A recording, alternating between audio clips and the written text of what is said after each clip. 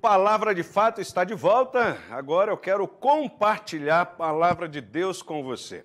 O texto bíblico que nós vamos ler para dar fundamento ao tema que hoje nós vamos trabalhar se encontra no livro de 2 Reis, capítulo 7. Nós leremos do verso 3 ao verso 11.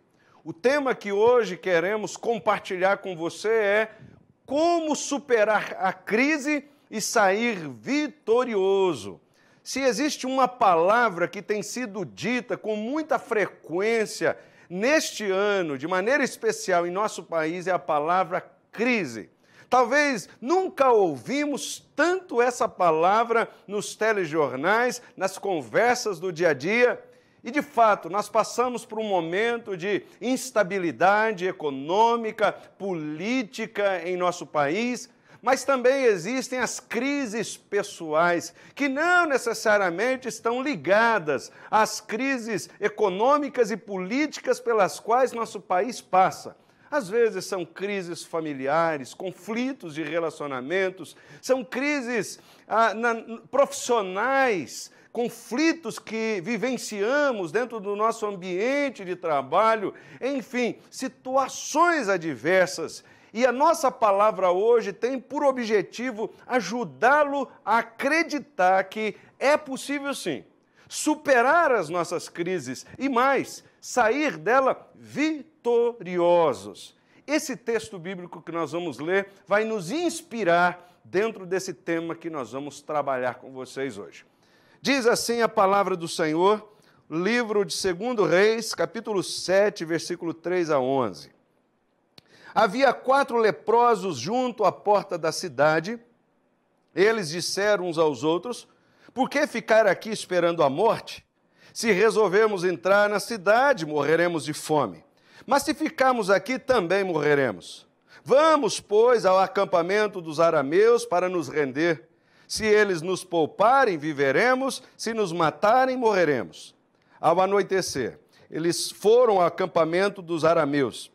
Quando chegaram às imediações do acampamento, não havia ninguém ali, pois o Senhor tinha feito os arameus ouvirem o ruído de um grande exército com cavalos e carros de guerra, de modo que disseram uns aos outros: ouçam, o rei de Israel contratou os reis dos hititas, dos egípcios, para nos atacar.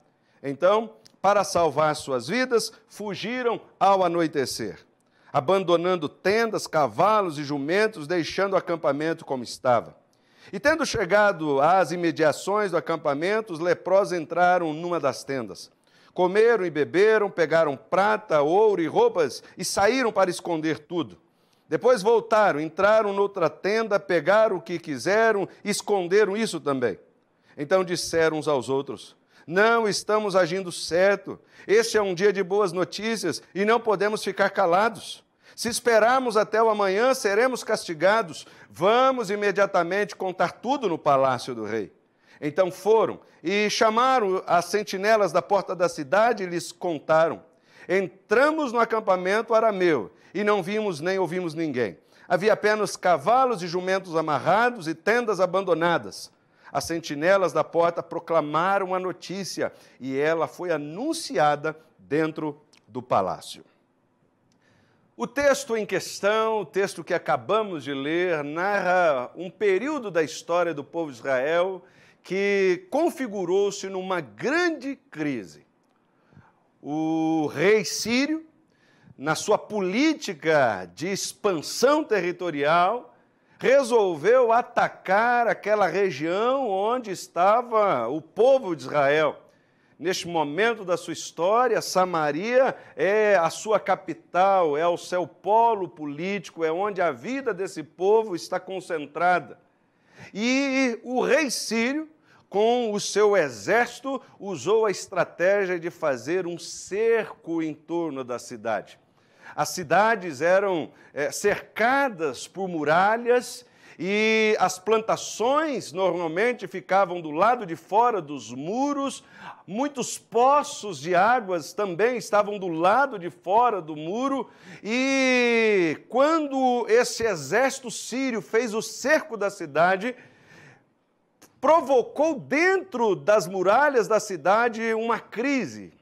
Faltou alimento, começou a faltar água, e a estratégia era forçar aquele povo a se render. Ou eles saíam para confrontar aquele exército tentando vencer, ou eles se rendiam. Como os soldados, o povo de Israel dentro dos muros era em quantidade muito menor, eles não tinham como enfrentar o exército sírio.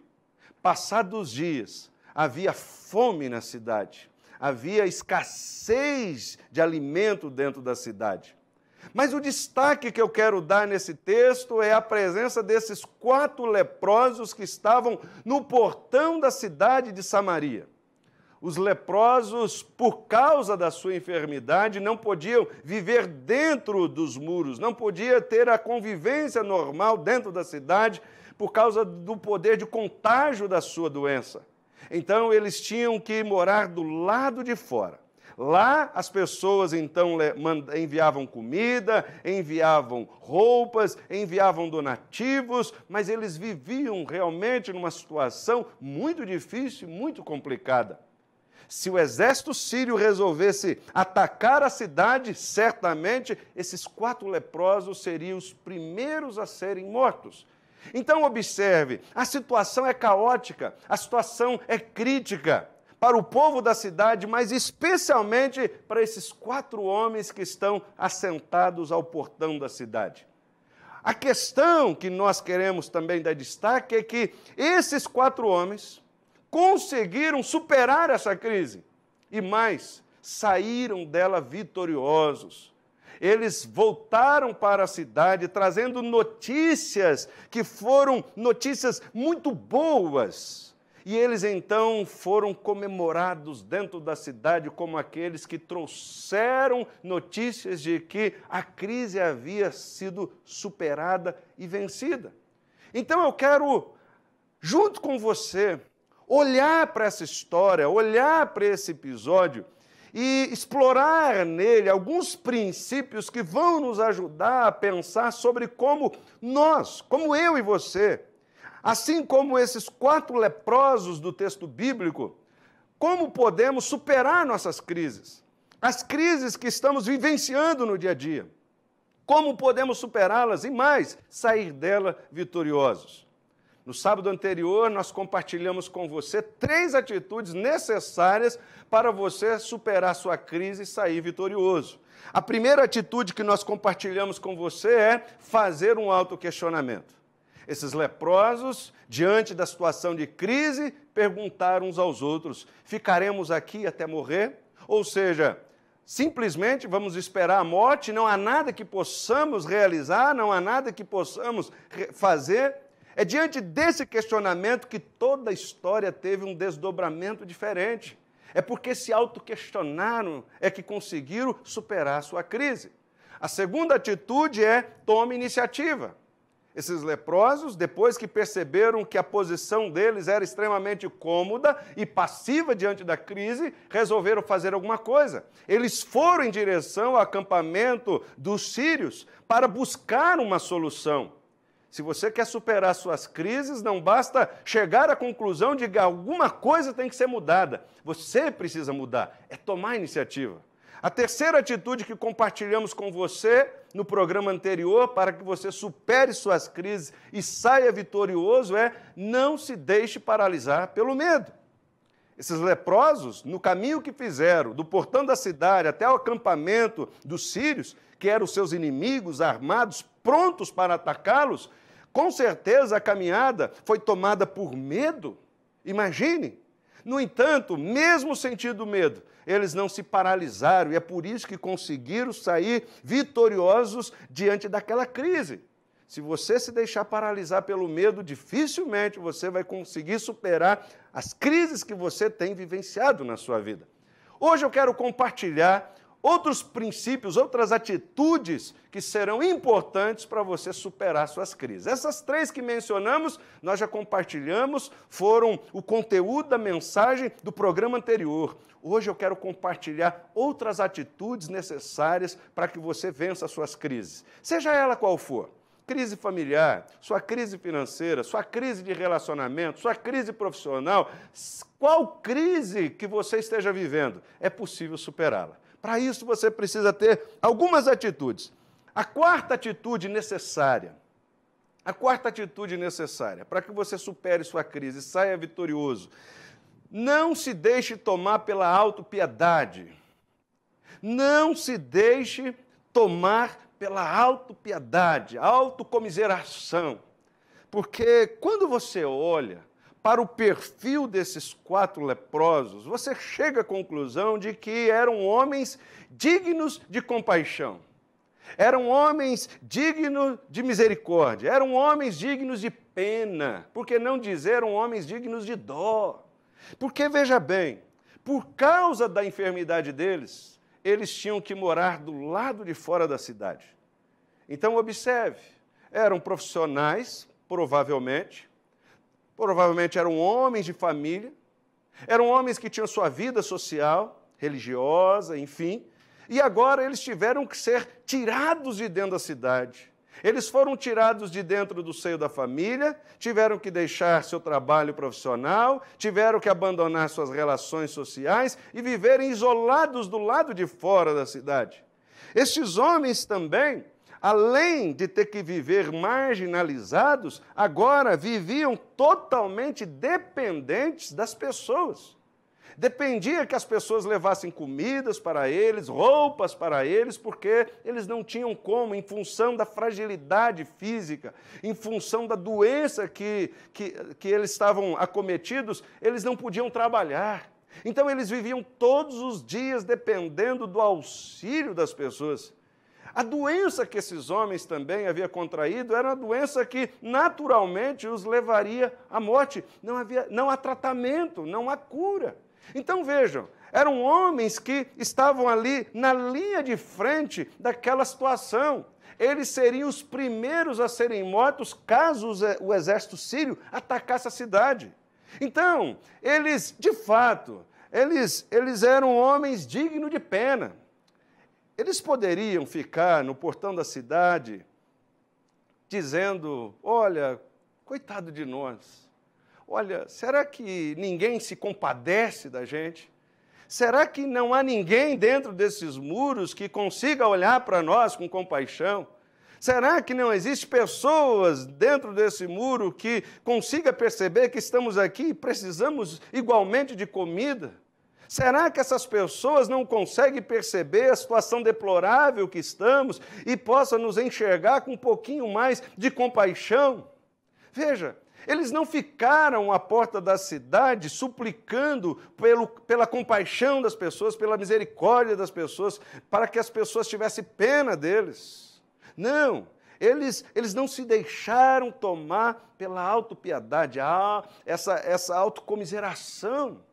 Há pessoas que não conseguem superar suas crises, talvez você seja uma dessas pessoas. Não consegue superar suas crises porque são pessoas que estão adoecidas por essa atitude de ter dó de si mesmas. Elas se compadecem de si mesmas, elas têm misericórdia de si mesmas, elas têm dó de si mesmas, elas têm pena de si mesmas. Elas vivem lamentando suas dores, elas vivem chorando as suas misérias, elas vivem murmurando suas situações complicadas. E mais, elas ficam queixando pelo fato de que as pessoas não olham para elas com a mesma compaixão que elas olham para si mesmas. No entanto, essa atitude de autopiedade, essa necessidade de que as pessoas olhem para você com compaixão, misericórdia e pena, isso não vai tirar você da situação de crise. Pare de ter dó de si mesmo, pare de ter compaixão de si mesmo. Pare de exigir que as pessoas sintam pena de você. Está na hora de você levantar a sua cabeça. Está na hora de você tomar uma atitude. Está na hora de você olhar para a situação e encará-la com uma atitude diferente. O povo de Israel viveu uma experiência muito interessante quando saíram do Egito e depois de muitos anos peregrinando no deserto, diante do Mar Vermelho, eles então se viram numa crise. A crise é que há um mar diante deles e que eles não podiam atravessar a nado, não tinham embarcação. E, pior, o exército egípcio estava logo atrás e iria massacrá-los. Há uma crise. E diante dessa crise, esse povo então começou a se compadecer de si mesmo. Veja o que o texto bíblico de Êxodo, capítulo 14, versículo 10 a 12, nos diz acerca da atitude do povo de Israel.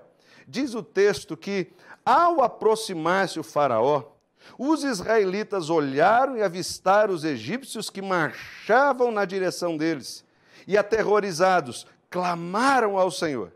Disseram a Moisés: foi por falta de túmulos no Egito que você nos trouxe para morrermos no deserto? O que você fez conosco, tirando-nos de lá? Já não lhe tínhamos dito no Egito: deixe-nos em paz, seremos escravos dos egípcios? Antes ser escravos dos egípcios do que morrer no deserto.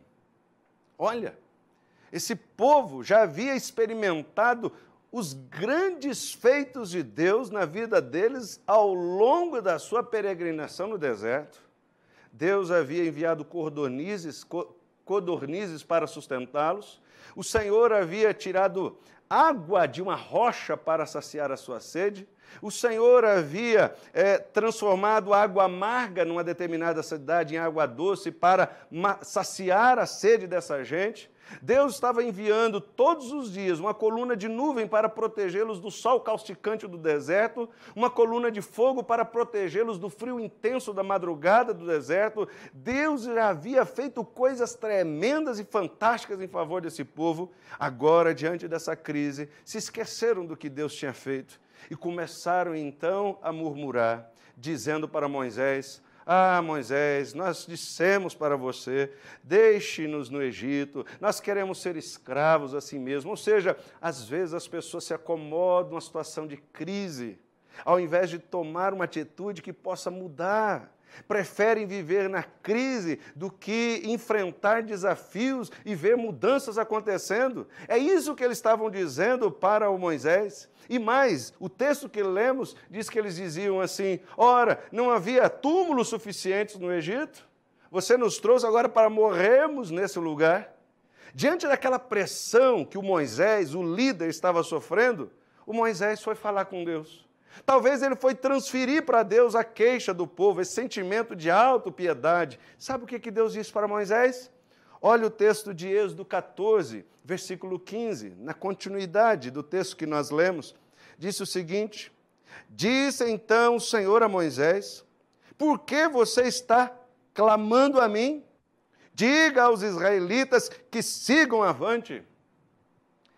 Trocando em miúdos, o que Deus disse para Moisés foi mais ou menos o seguinte: Moisés, por que você vem falar comigo, Moisés? Agora não é hora de orar, Moisés, agora é hora de agir.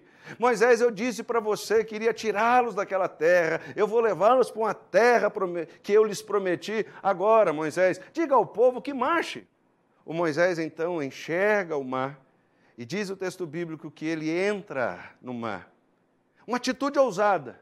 E o mar, então, se abriu diante deles e eles, então, atravessaram em terra seca. O resto da história nós já conhecemos. O fato é que, quando Moisés foi tentar falar com Deus, desse sentimento de tadinho de nós, vamos morrer aqui pisoteados no deserto, coitado de nós, agora nós vamos ser massacrados, Deus diz assim: para com isso, Moisés, para com isso. Há pessoas que até na sua oração, eles não conseguem ser producentes.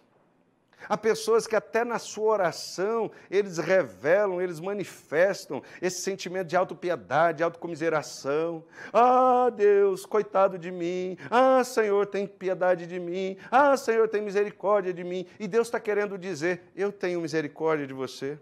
Eu me compadeço de você, eu te amo verdadeiramente, mas é preciso você se levantar e fazer alguma coisa. Deus disse para Moisés: Moisés, levante e põe o povo a marchar, Moisés. Então, se você quiser superar a sua crise, chega de autopiedade, chega desse sentimento de autocomiseração, levante a sua cabeça e tome atitudes sérias e determinadas para que essa sua situação seja resolvida. A quinta atitude necessária para você superar a sua crise e sair dela vitorioso é muito importante. Preste atenção. Para você superar a sua crise e sair vitorioso, você precisa ir de encontro ao milagre, ao invés de esperar que o milagre venha de encontro a você. Vá de encontro ao milagre e pare de ficar esperando que o milagre venha até você. Porque o texto bíblico que nós lemos, percebemos que enquanto aqueles moradores da cidade de Samaria estavam dentro dos muros, chorando, estavam lamentando a situação do cerco dos soldados sírios, enquanto eles estavam lá brigando por pequenas quantidades de comida, enquanto aqueles 4 leprosos estavam ao portão da cidade, também já contando os dias para a sua morte, Deus já havia feito um milagre em favor deles. Deus havia promovido uma grande confusão entre os soldados sírios. Numa madrugada, eles ouviram, veja, o texto diz que eles ouviram barulhos semelhantes a carruagens, cavalos e soldados vindo em direção a eles. E eles então concluíram que o povo de Israel tinha enviado um informante e contratado e feito uma aliança com os egípcios e os hititas. E eles se juntaram para então vencer os sírios.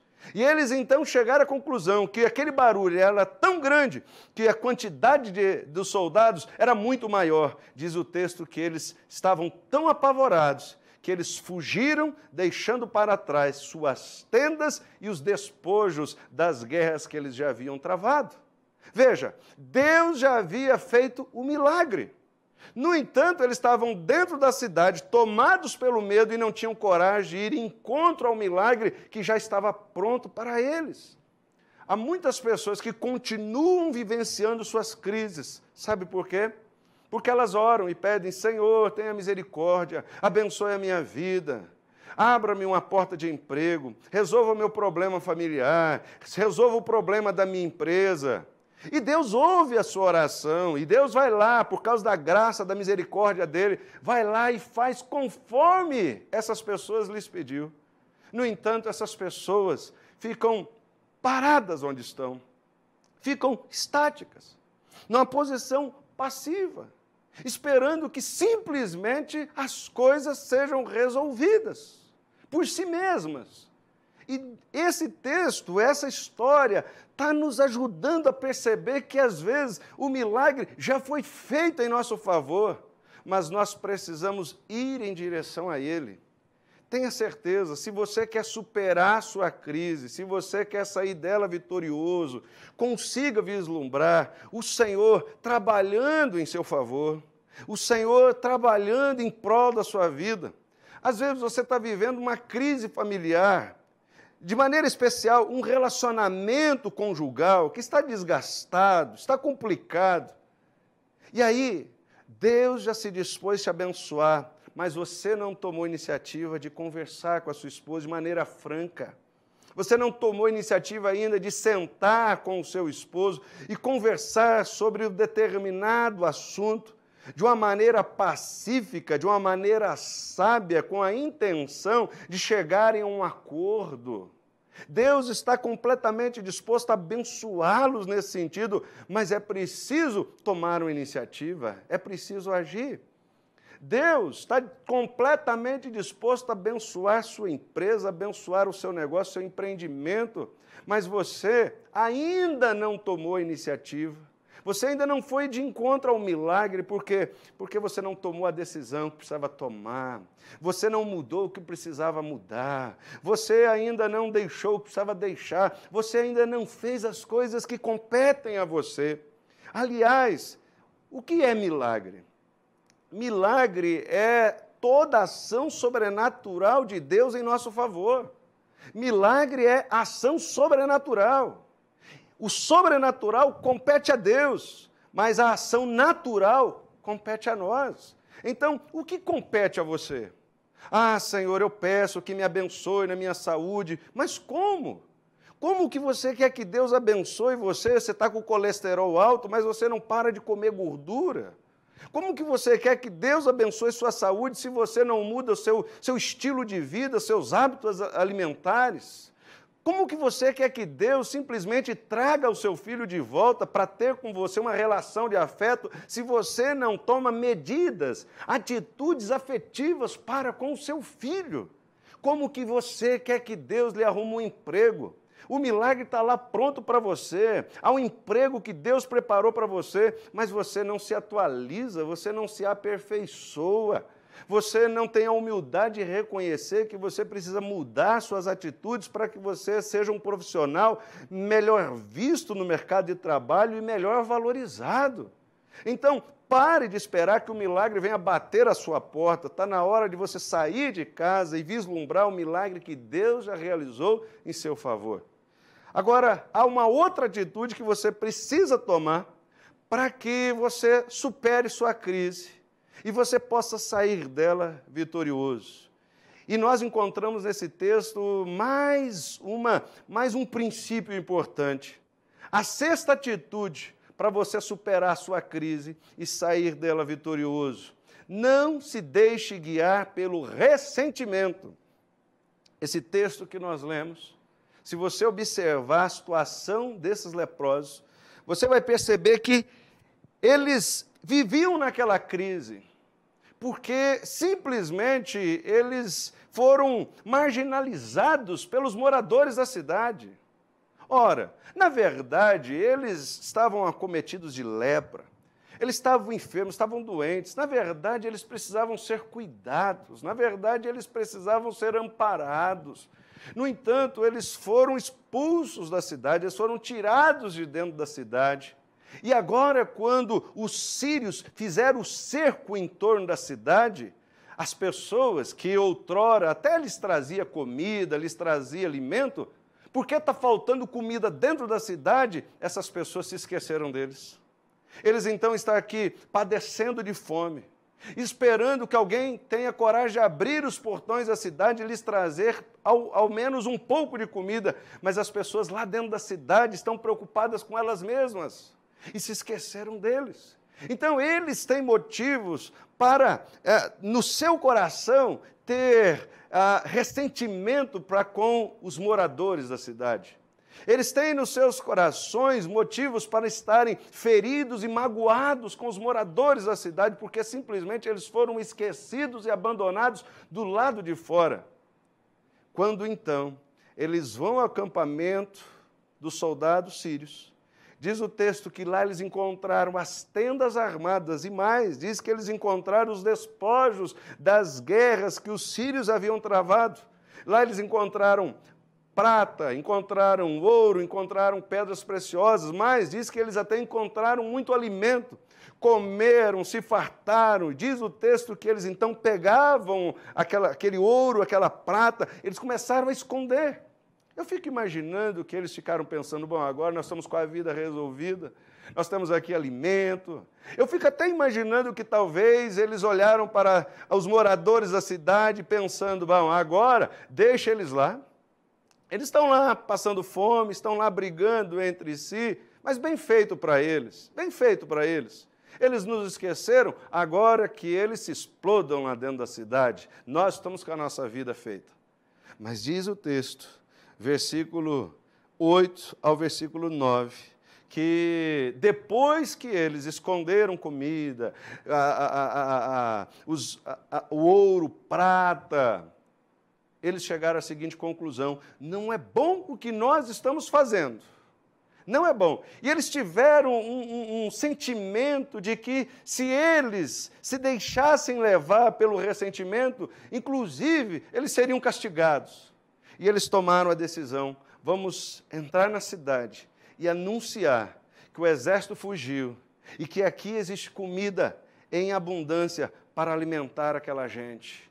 Eles foram até a cidade e levaram aquela boa notícia. Veja, eles poderiam se deixar guiar, se deixar levar pelo rancor, pela mágoa, pelo ressentimento para com aquele povo que se esqueceu deles. No entanto, nesse momento, o ressentimento não determinou suas atitudes.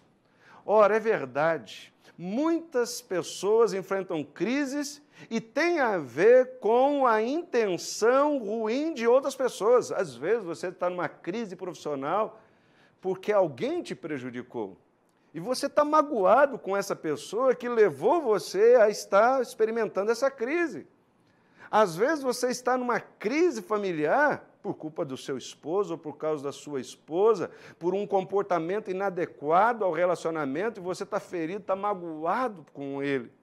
Às vezes você está vivendo uma crise de saúde e isso tem a ver com a influência de alguma situação.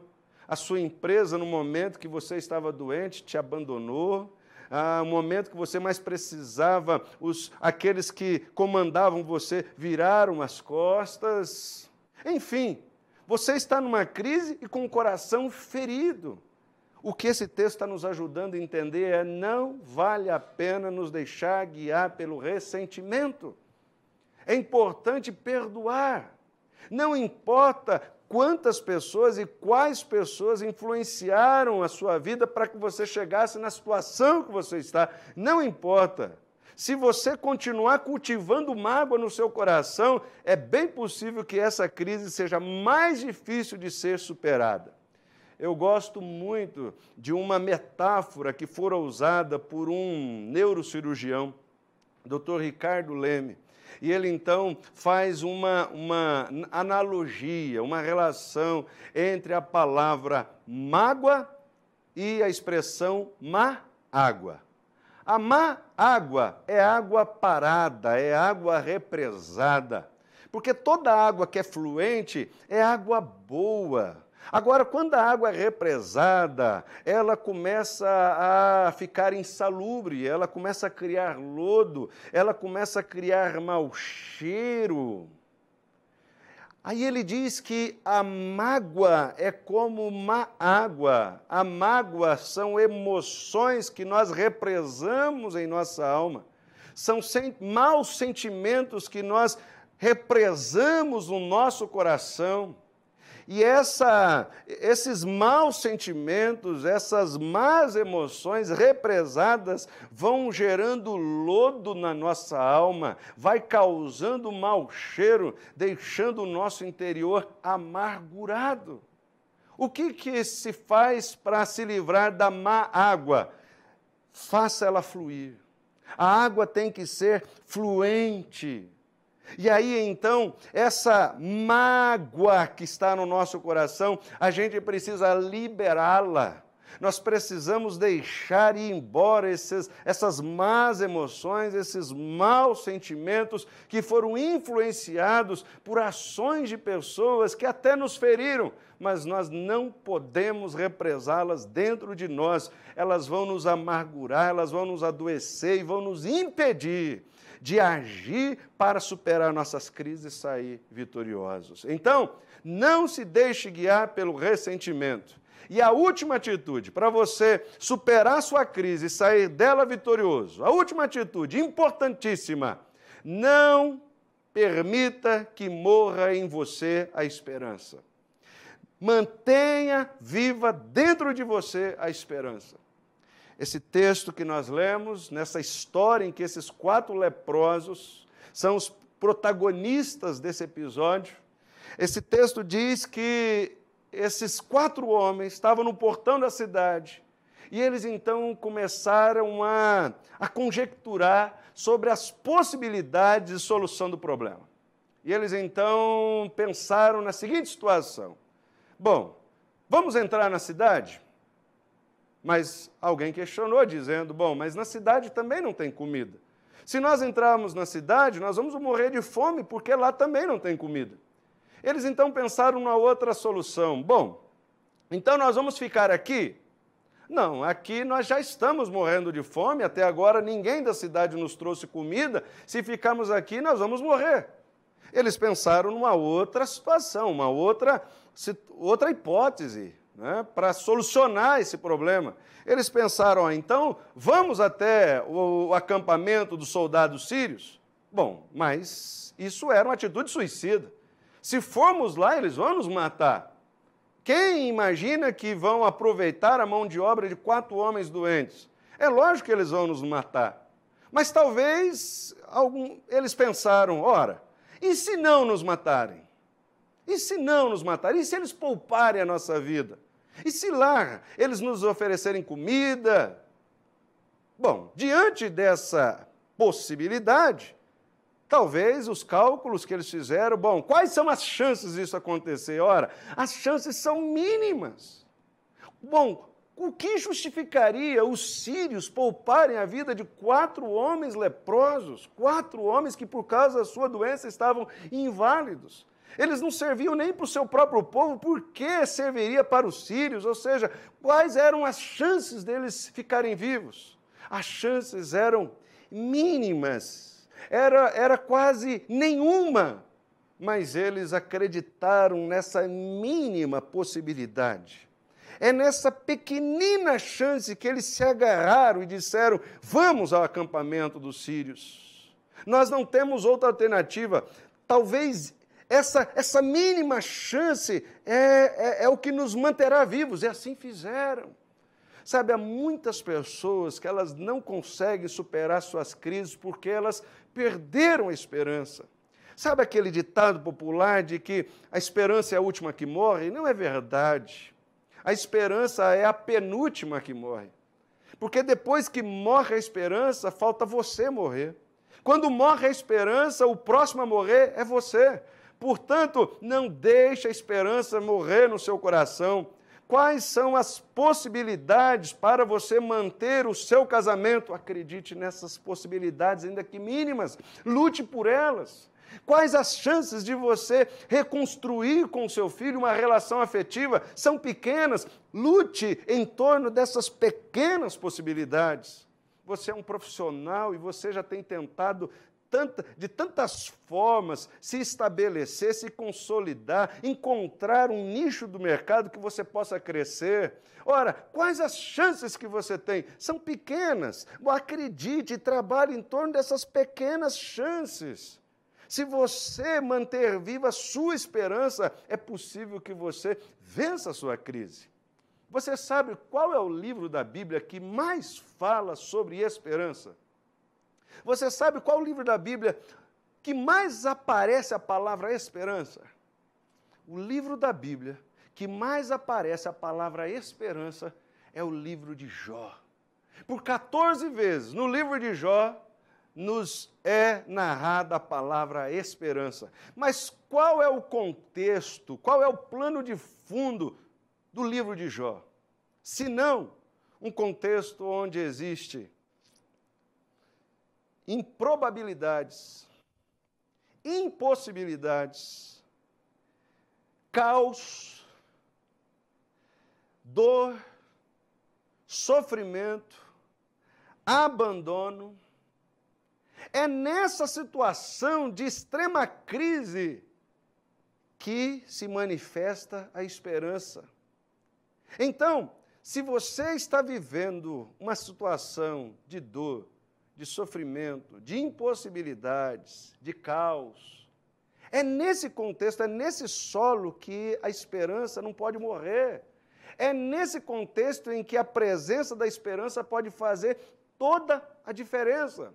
Por isso, hoje eu quero desafiar você mais uma vez, diante dessa palavra, desafiar você a acreditar que a sua crise pode ser superada, a sua crise pode ser vencida e você pode sair dela vitorioso. Para isso, você precisa tomar essas atitudes que nós compartilhamos com você.